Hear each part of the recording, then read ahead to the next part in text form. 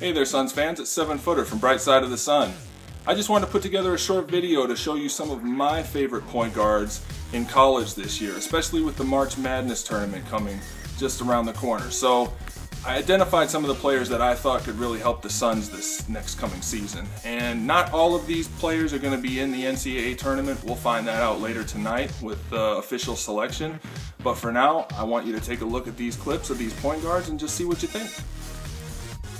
First up, we have Kendall Marshall from University of North Carolina. He's a 6'4" sophomore and also happens to be my personal favorite point guard in this year's draft class. He averages almost 10 assists per game. He's the best passer in college basketball while playing against some of the toughest competition. He has great vision and a very high basketball IQ. He's definitely a pass-first point guard, very unselfish and always looking to help set up his teammates. He has nice size and strength. He's not very athletic. Not exceptionally fast or quick, but he definitely gets the job done. Next up, we have Damian Lillard, a 6'2" junior from Weber State. He averages over 24 points a game and leads the NCAA in scoring. He's definitely an excellent scorer who's athletic, he's fast, he's quick, he's a good shooter, he has NBA range. The only real knock on him is that he's considered more of a tweener guard, and because of his size at only 6'2", that could potentially be an issue at the next level.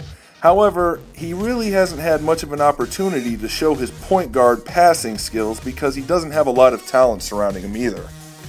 His draft stock has been skyrocketing lately, and some mock drafts even have him being picked before Kendall Marshall.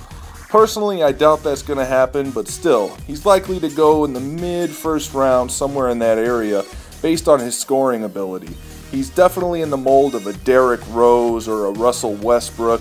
Not really the passing point guard that we're used to with Nash, but still, somebody like this that can score like this guy can, you got to take a look at him, and the Suns will definitely have them on their radar. Next is Tyshawn Taylor, a 6'3" senior from Kansas. Taylor averages approximately 17 points and 5 assists per game. He has excellent athleticism, speed, and quickness. He's also a potent scorer who can drive the lane or shoot from outside, and he's a very good defender as well. In my opinion, Taylor is probably one of the most underrated guards in this year's draft class.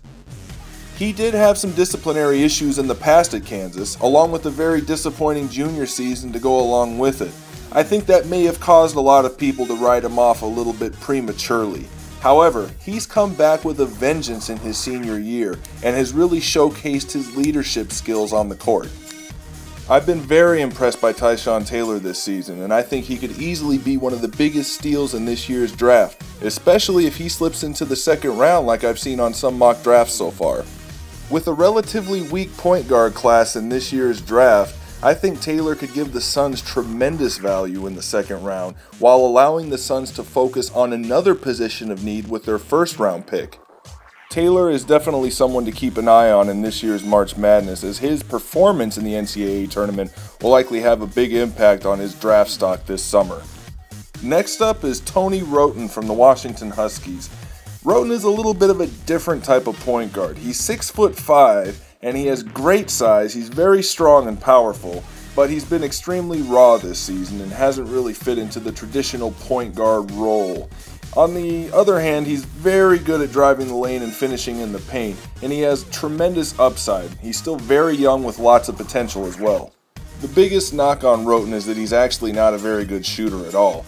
He does shoot at about 45% from the field, but only 18% from three, and that's because most of his scoring comes from driving into the lane with layups and dunks, but not from jump shots.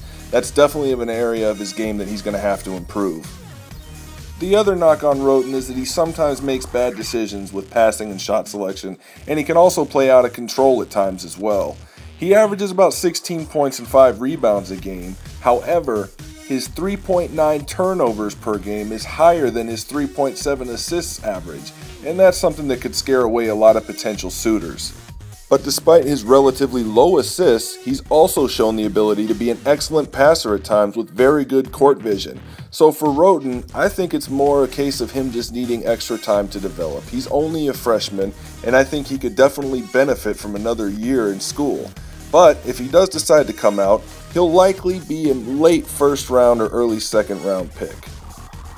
And last but not least is Scott Machado, the best college point guard you've never heard of. He plays for Iona College in New York, and he averages 9.9 assists, which is the NCAA best. He even edges out Kendall Marshall. He scores about 13 points a game and only commits about 3 turnovers a game. He shoots at about 45% from the field and 41% from 3. He's quick, he's athletic, he's a true pass-first point guard with excellent vision. He's effective at driving the lane to collapse the defense and then kicking out to the open perimeter shooters. He's a good shooter himself, and he's good at scoring in the paint as well. The only drawback on Scott Machado is that he's in a weaker conference with limited competition. He came on late in his college career also, and only really blossomed into playing at this level since his junior year. So it's kind of a relative unknown with him. But from what we can see, he looks to be an excellent player. And if he gets into the late first round or early second round, he could be a very good value for a team willing to take a chance on him. And there you have it. As you can see, I didn't include all of the different point guard prospects that will be in this year's draft. I just wanted to give you a few of the names that I'll be keeping an eye on in this NCAA tournament if they happen to make it in. And if not, then there's still players that you might want to keep an eye on, because I think the Suns could be interested in most of these players at least.